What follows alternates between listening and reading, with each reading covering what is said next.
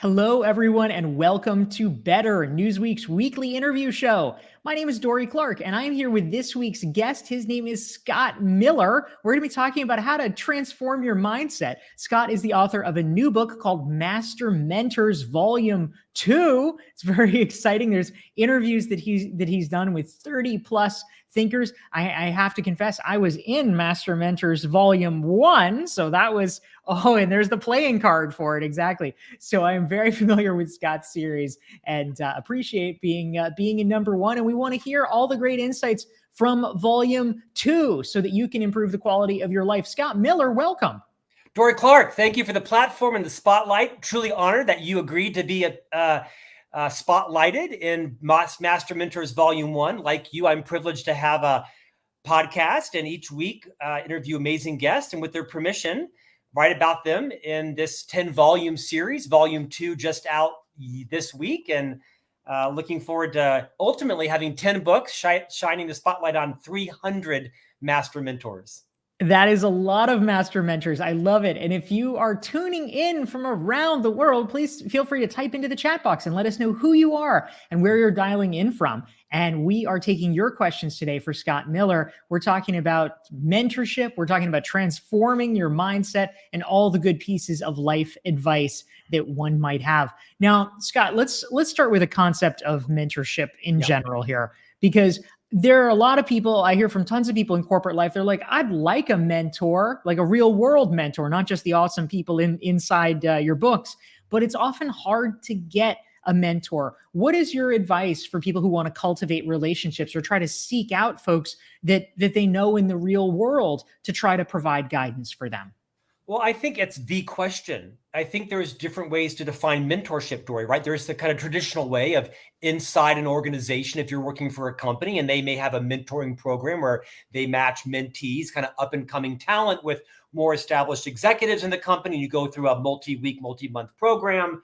And that's a great way to have a mentor, but not everyone has that. With the increase of hybrid work and side hustles and creating NFTs and, Etsy accounts, you don't always have the same network we used to have. So I think there's a couple of other ways that you can adopt mentors. One is just to be bold. I mean, I don't know about you, but every celebrity, every book author, every entrepreneur, they're just like you and I. They still sit in their bed at night at 9:30 and scroll through their LinkedIn and Instagram and they read their messages. They are just like you and I. And so I'd say, like Dorie talks about in a lot of her books around your brand is, be bold and ask. No one can help you if you don't ask. No one can help you if you don't know you need help. So there's lots of ways to ask for mentorship. I think you should set some boundaries, meaning when you ask someone to be your mentor, make it very clear that you won't take advantage of them. You won't ask them to fund your business or open their metaphorical Rolodex, right? I'd like to have... I only want to meet with you every day for the rest of your life. No, I'm sorry, but I can't do that unless you're my wife. So I think it's important to take the initiative. Hey, what I could use is 4 30-minute sessions. I will do them on your time, on your days, around your calendar. I will be on time. I'll be prepared. And when I make commitments, I will follow through of them. I will not ask you to give me any outside, recommendations or to lend me your network or funding. I promise not to take advantage of you. I'd like to get your insight on these specific things. Now, to me, that's kind of irresistible, okay? You're not going to ask me for a loan. You're not going to ask me to introduce you to all my, network. And by the way, it's my choice at the end of the mentoring if I choose to do anything more than we've agreed to, but you put the ball in my court. That's important.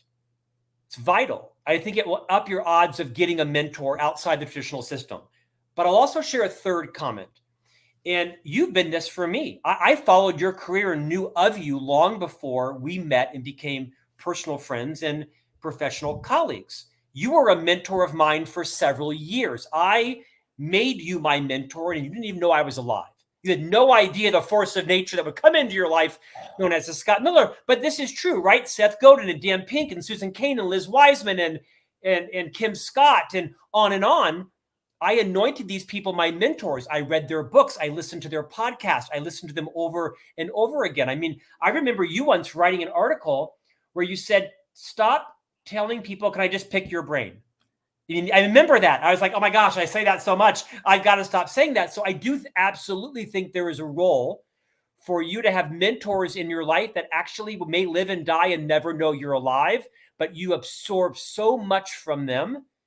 And then look at us now. We are friends now. I will call you for a favor. Someday you might call me for a favor, but you were a mentor to me long before you even knew that I was around.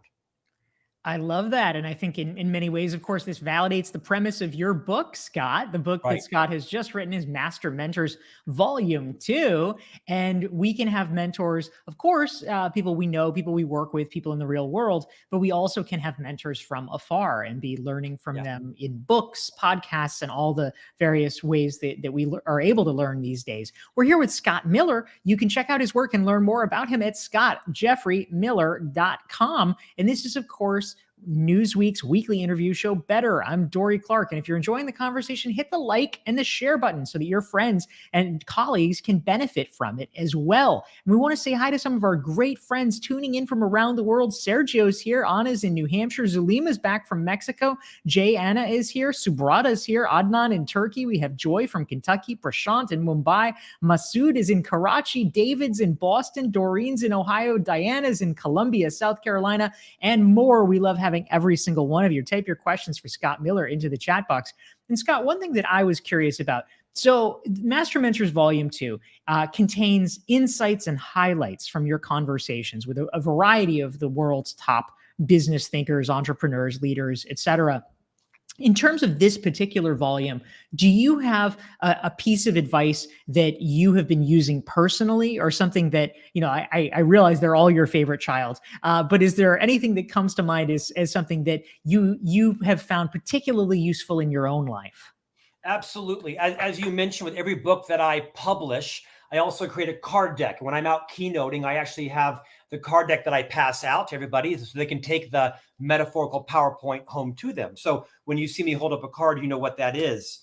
Tasha Urich is Master Mentor number 35. Tasha is an organizational psychologist. I believe she lives in Colorado. And I came upon her because of her phenomenal book called Insight. It's arguably the best book ever written about the power of self-awareness. And I think we use this term a lot, but so few of us are truly self-aware. And Tasha really teaches these concepts around, if you want to be a better leader, a better friend, a better partner, a better spouse, better parent, better neighbor, better committee member, then you need to know what it's like to work with you, what it's like to join a Zoom meeting, or what it's like to be a guest on Dorie Clark's, Newsweek program, what it's like to join a weekly meeting with you, what it's like to work a trade show booth. And you won't know unless you ask. You cannot be self-aware unless you ask people for feedback. Now, most of us, when we ask people what it's like to have us on their podcast, are going to say, "Oh, Scott, you did a great job. Your lighting wasn't perfect, but otherwise you were engaging and it was all great." But rarely is Dorie going to say to me, "Well, actually, Scott, can I tell you, there was 5 things that really were poor." No, because Dorie's gracious and diplomatic. Now, we're good friends, so she might take me to task after this, and I'll be better for it. My point is, you've got it safe, got to make it safe for others to tell you their truth. You've got to ask questions that are pointed and then create the conditions where the other people feel like you really are interested in improving. Here's a great example. Dorie, my natural voice level is right here. I talk like this all the time, whether there's 7,000 people in an audience, or whether I'm on a Zoom call or a StreamYard with you, or horrifyingly, whether I'm sitting next to my wife driving up to a dinner party and she's 4 feet from me. This is my natural voice level. And Stephanie will say to me, "Why are you screaming?" I'm like, 2 feet. It's because I lack self-awareness when my voice should oftentimes modulate and come down to this level. And now a whole audience, whole huge segment is liking me more right now. When I talk like this, I'm repugnant to some people, and I have to become better at understanding what it's like to be around Scott Miller, because we have no idea really. And how you build your self-awareness, thanks to Dr. Urich, is by asking, by being open, by making it safe for people to tell you the truth about their experience with you. Highly recommend Dr. Urich's book called Insight. What a great summation and use of all of that. Thank you very much for that, Scott. Also, your sharing your personal confessions with us.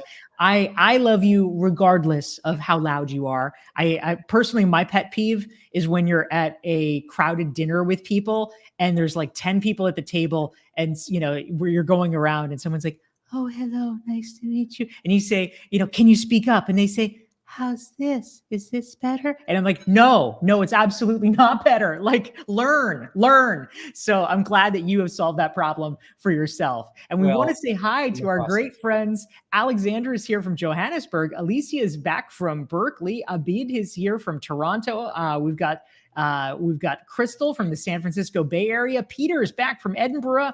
Sergio is in Fort Worth, and Subrata in India. And Anna in New Hampshire has a great question for you, Scott. She's curious about habits. She said, turning a behavior into a habit first needs to be routine. So how do you start in the first place and then stay motivated in approaching your goal? Now, you have spent many years working at Franklin Covey. Of course, Stephen Covey was the author of the famous book, 7 Habits of Highly Effective People. So I am sure you eat and breathe and sleep habits. And also, of course, that's one of the things that you've touched upon in your Master Mentors volumes. Yeah. So what is your perspective on starting and keeping at great habits? There's so much psychology and research around habit formation. And I'm glad you asked that question, whether it be Charles Duhigg's book, The Power of Habit, or Stephen Covey's book, which has sold nearly 50 million copies around the 7 habits.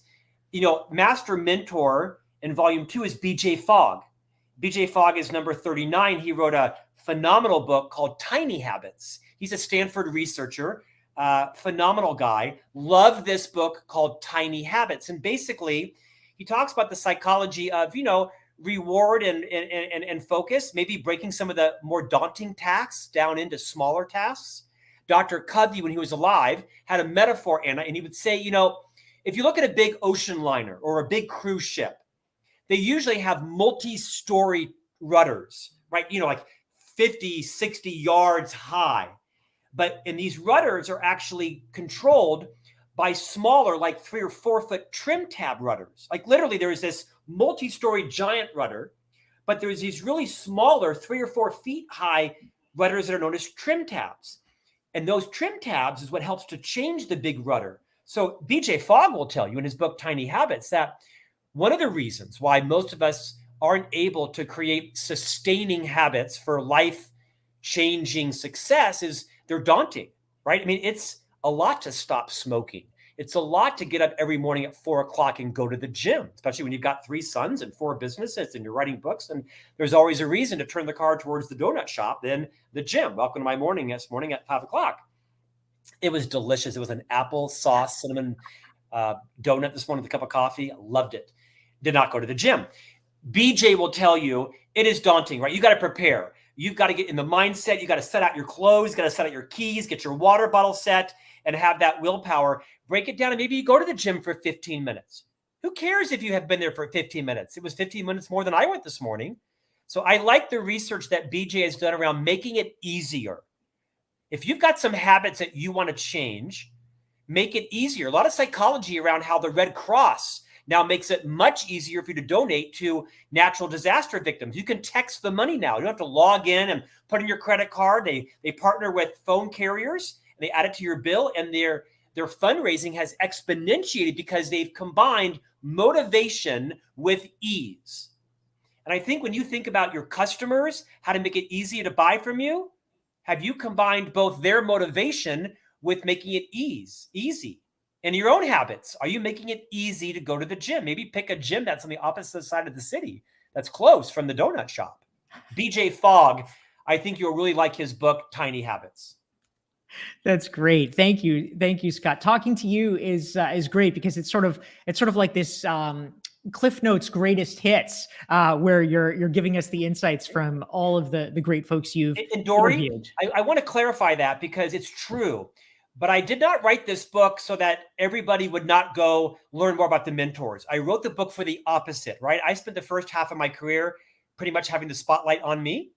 If you know me, you know that. And the last half of my life and career, I'm turning the spotlight onto others. So I very much want people to learn about Tasha Urich and go buy her books or follow her. I really mean this to be a platform where you can get access to other mentors. I once heard a research study said that, something like 99.4% of humans have never had an original thought. And after I recovered from that depressing thought, I realized, that's probably true. I haven't either had a truly original thought in life. But what I can do is I can be an aggregator, a pollinator, and give credit to and build the spotlights on other people. And that's something I'm trying to do, is be a great aggregator and a responsible pollinator of other people's ideas. I love it. No one could be a better bee than you, Scott. This is excellent. And if you're interested in learning more and acquainting yourself with 30 new thinkers, check out Scott's book, Master Mentors Volume 2. Or if you want to check out 30 additional ones, including one that I'm in, you can look at Master Mentors Volume 1. And to make sure other people can benefit from the conversation, hit the like and the share button so that your friends can learn from this interview as well. We're talking with Scott Miller. His website is scottjeffreymiller.com, so you can learn more there. We also want to say hi to our amazing friends who are joining us. Debbie is tuning in, Maggie from Oregon, Teresa's in Canada, Patricia's joining us again from Stockton, Gail is in North Carolina, Kathy's in St. Louis, and Hetty is in Philadelphia. We love having all of you. And a great question came in, Scott, from Karen. And it's just the graphic is going to cut off your face. So I'm not going to put the graphic up there, but I'll give you a synopsis of Karen's great question. She said, pre-COVID, it was much easier to find an informal mentor at work. Yeah. A lot of relationships are built from impromptu conversations, but in the world of remote work, it's hard to meet anyone outside the people you work with every single day. What are your thoughts about cultivating the kind of relationships where we can be, creating new mentorship connections and learning from a broader range of people under those circumstances? It's a very real scenario a lot of us are facing. So I might challenge a couple of premises. Listen, I spent my entire life learning that the most important thing in life is relationships, our relationships. I've learned that. But not everything has to be based on a deep-rooted relationship. Like, for example, I didn't know Dorie Clark when I reached out to her and asked her to come on the podcast. She didn't know me, right? I knew of her, but she didn't know me. And over the course of several years, we've developed a relationship. But kind of early into meeting Dorie, I called her up and asked her a few questions about certain things in life. And we didn't have a relationship. We'd met for 30 minutes on a podcast, but I think I kept my questions tight and specific. I didn't stalk her. I left her alone for a few months. And I don't know that every mentorship, mentee relationship has to have a deep, trusting relationship. I'll tell you again, I think you should demonstrate some courage. Move outside of your comfort zone. Get clear on what it is you're trying to do. What is it you're trying to accomplish? And then find someone that you know, or maybe you don't even know, that you think might be able to mentor you. By the way, I think a lot of us make the mistake, Dorie, of saying, you know what? I want to open up a series of hair salons. I'm going to go to the biggest hair salon business in town. Well, the fact of the matter is they're probably really busy. But what I find a mentor, I don't always look for the most successful person. If I want to have someone mentor me and had a great 40-year marriage, I don't go to the person who's had a 40-year marriage. I go to the person who's had 4 marriages, because I'm going to learn more on how to avoid their mistakes. I can't replicate their patience and their personality. I don't have their genius or their education. If I want to learn how to grow a great business, I go to the girl or the guy that's had 3 bankruptcies. Like, what can I avoid? Because half of success in life is just avoiding the big pitfalls, not trying to become Dorie Clark. I cannot become Dorie Clark. So I think you should first get clear on what is it you're trying to accomplish. Do you know of someone out there, or know of someone that maybe has done that or has failed at doing that? And just reach out to them, instant message them. Honestly, half of the guests on our podcast, we've just instant messaged on Facebook or Instagram or TikTok or YouTube and said, hey, I do this, you do that. If I'm good at this, this, and this, and I can prove it to you, would you come on the podcast? And that's how we land people like Ariana Huffington and James Clear and Robin Sharma and Deepak Chopra, right? They don't know who Scott Miller is. I'm pretty bold. I'll tell you, I'll end with this on this topic. We've all heard this phrase, but I think it's so true. What separates successful people from unsuccessful people is successful people are just willing to do what unsuccessful people aren't willing to do. So I'm willing to have a no all the time, right? I'm willing to reach out to anybody and say, hey, would you mentor me? But here's what that means. 4 sessions, 30 minutes, I'm on time, no personal requests, no mission creep, no surprises, no ambush. I promise I'll make it worth your 4 30-minute sessions. And later, if I can do anything for you, carte blanche. 9 times out of 10, the person will say yes. Use your resourcefulness, use your initiative, use your bold courage, and just reach out to people. That's very cool. Thank you. We're here with Scott Miller. You can learn more about Scott at his website. It's scottjeffreymiller.com. The new book is called Master Mentors Volume 2.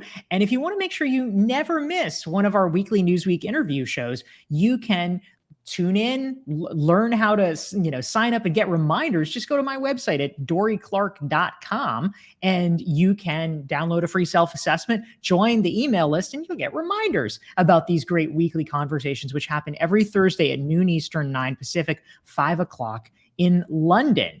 And a great question, Scott, came in from Alicia. She was interested in following up on what you were talking about around insight and self-awareness, the interview with Tasha Urich. And she wants to know, what are a few specific pointed questions you recommend that we ask others in order to increase our self-awareness? It sounds like you've undertaken this process yourself. Are there any pointers that you could share with the rest of us?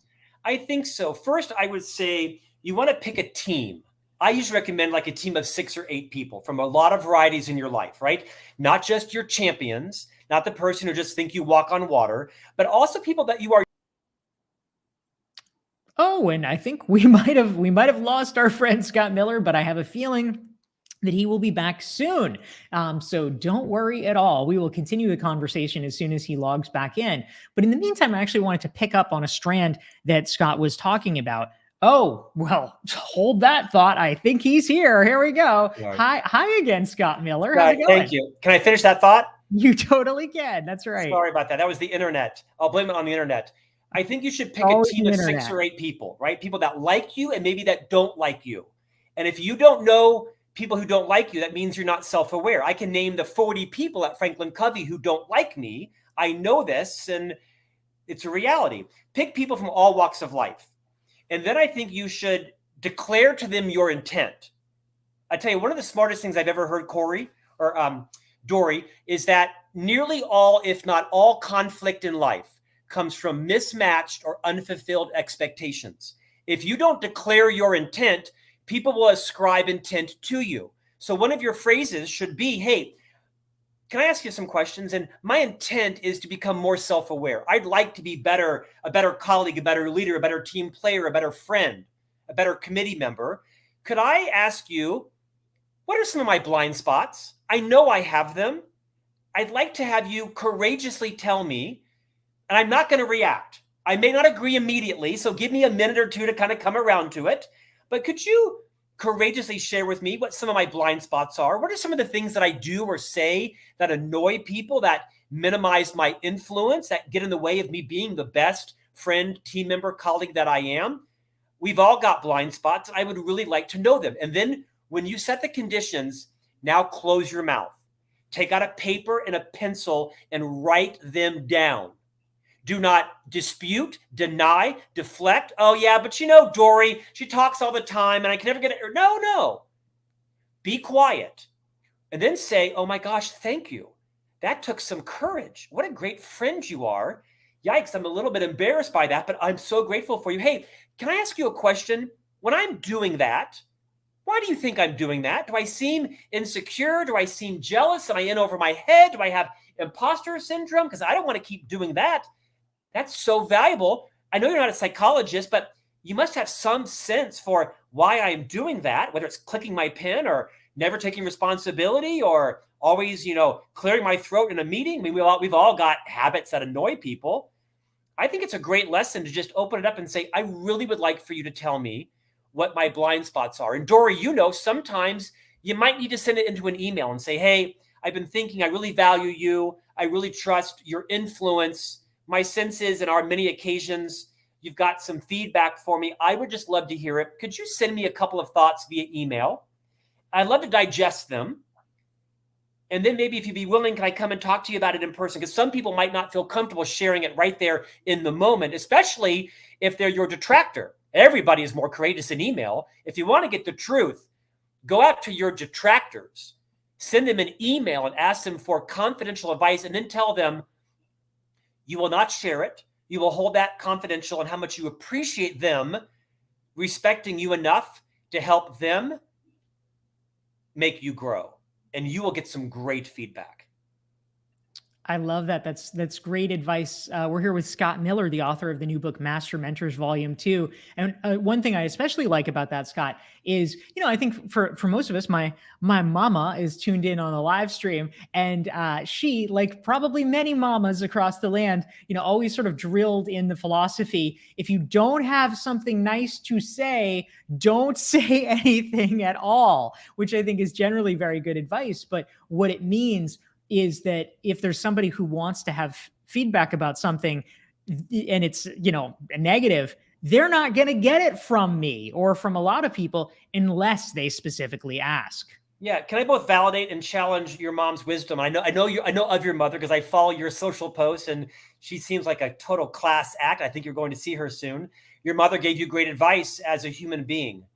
And I think as a leader, we have to move a little bit past your mom's solid advice because most of us have self-defeating blind spots that no one ever had the courage to share with us. One of the mentors in the book, the first book, is Kim Scott. She wrote the book Radical Candor. And Kim Scott shares this life-changing moment where her boss at Google, who was Sheryl Sandberg before she went to Facebook and Meta and now retiring, walked out of a meeting once with Kim Scott and said, "Hey, so how do you think that went?" And Kim Scott said it went great. I mean, they loved it. Eric Schmidt and one of the founders of Google were loving it. And Sheryl said to Kim Scott, "Not really, Kim. You kind of sounded stupid. Every third word was or or or I was like, or he was like." And Kim Scott said, wasn't very delicate, but it was the biggest gift that Sheryl Sandberg had ever given her, because as if she was leading her whole entire life with her zipper down or spinach in her teeth. And Sheryl had the radical candor to share with Kim Scott the truth. Of course, the opposite of radical candor, according to Kim Scott, author of the amazing book, Radical Candor, is ruinous empathy. I'm going to say it again. The opposite of radical candor is ruinous empathy. So all of us, when we're giving people feedback, we have to declare our intent. We have to balance courage with diplomacy. We have to understand what's it like to be on the receiving end of feedback from Scott Miller. Because I'm passionate about everything, and some people see anger in my face. I'm not angry at all. I'm just passionate, and I'm an intense person. So sometimes I have to calibrate my feedback to make sure that I'm saying it in a way that the other person can receive it. That's called listening to the listening. And that comes from Julian Treasure, the famous TED Talk author from Britain, who wrote some great books around how to speak so how you're heard. You've got to give feedback to others in a way that they can understand it and appreciate it and not feel defensive. It's an art that's practicable. Absolutely. And that's a great point, Scott. I agree with you entirely. I think a key element here is, what is your position in relation to the other person? Yes. If you are their boss, it actually is a kind of moral responsibility that you have. It's a technical and a moral responsibility. You are in charge of this person. It's your job to help develop them and make them better. And so if they need feedback, sometimes even negative feedback, in order to do that, then that's part of the care that you are exerting on their behalf. If, however, you are a random person dealing with a random stranger and just saying, "You really should never wear that color. That doesn't look good on you." Right. Well, that's called being reckless, right? Seth Godin talked about that, the difference between being fearless and being reckless. You're absolutely right, Dorie. As a leader, it's incumbent upon you to help people understand their blind spots. It's a gift.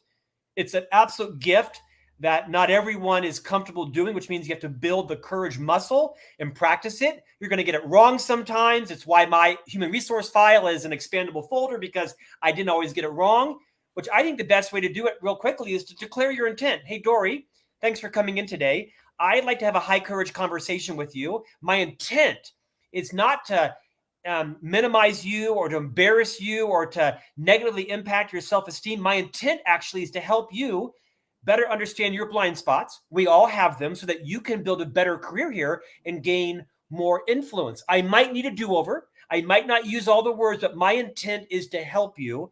And it's in that spirit that I want to share with you that on the Monday morning meetings, I'm often finding, there you go.